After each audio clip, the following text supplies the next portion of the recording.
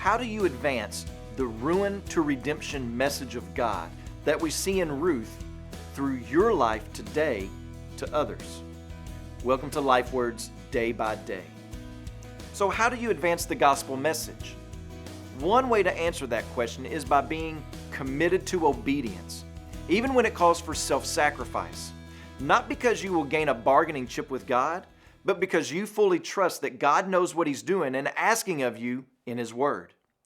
Part of being able to trust that comes in knowing that when the message was written thousands of years ago, He already knew of the situation you are in right now and the self-sacrifice it would require. Which is why, tucked within the reality of the gospel, is this little jewel. Jesus knows how to live in self-sacrifice, which is why the believer has been indwelt with the Spirit of Jesus. He lives in you so that when it comes to handling the Word of God, living out this Word in your life, you will depend upon the Spirit that's within you and not the self-preservation mentality all around you. Self-preservation shines a light on your own self-perceived glory.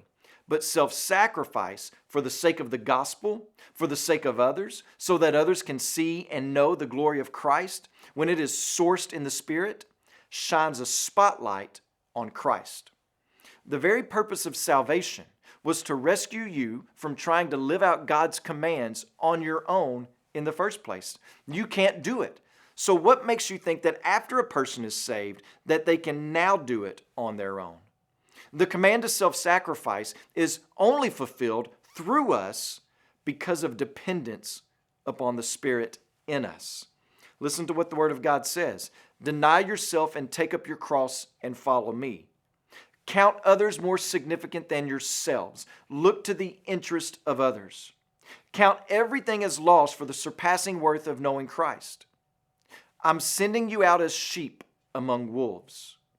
Whoever wishes to save his life will lose it, but whoever loses it for my sake will gain it.